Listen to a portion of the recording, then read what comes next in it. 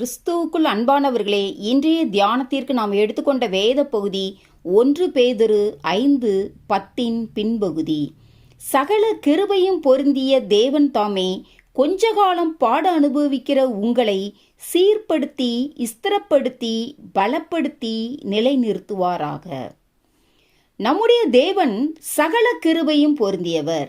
ஆகவேதான் பாடுகளின் வழியாக கடந்து போன மக்களுக்கு பேதுரு இவ்விதமாக எழுதுகிறார்.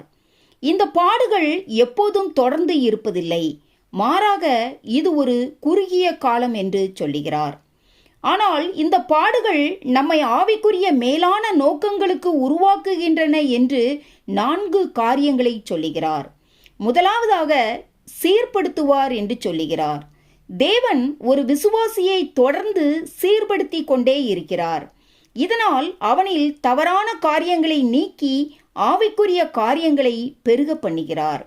இதற்காக நம்முடைய எண்ணங்களில், சிந்தனைகளில் தொடர்ந்து தமது ஆவியானவரை கொண்டு செயல்படுகிறார். இரண்டாவதாக ஸ்திரப்படுத்துவார் என்று சொல்லுகிறார்.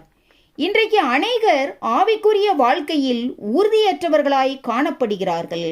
ஆகவேதான் 1 கொரிந்தியர் 1:8 முடிவு பரியந்தம் அவர் உங்களை ஸ்திரப்படுத்துவார் என்று பவுல் கொரிந்து சபையாருக்கு எழுதுகிறார். எனவே ஆவிக்குரிய ஸ்திரத்தன்மை நமக்கு தேவை. மூன்றாவதாக பலப்படுத்துவார் என்று சொல்லுகிறார். ஆகவேதான் பிலிப்பியர் 4:13 என்னை பலப்படுத்துகிற கிறிஸ்துவினாலே எல்லாவற்றையும் செய்ய எனக்கு பலன் உண்டு என்று பவுல் சொல்லுகிறார். நான்காவதாக நிலைநிறுத்துவார் என்று சொல்லுகிறார். அதாவது வலது இடதுபுறம் சாயாமல் தொடர்ந்து ஆவிக்குரிய வாழ்க்கையில் நடக்க தேவன் நமக்கு உதவி செய்வார்.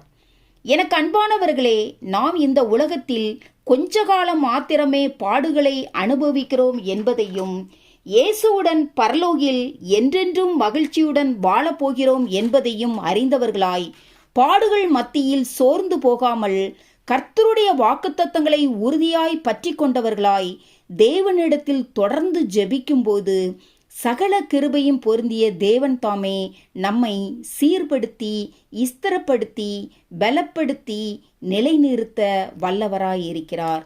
ஆமேன். அல்லேலூயா.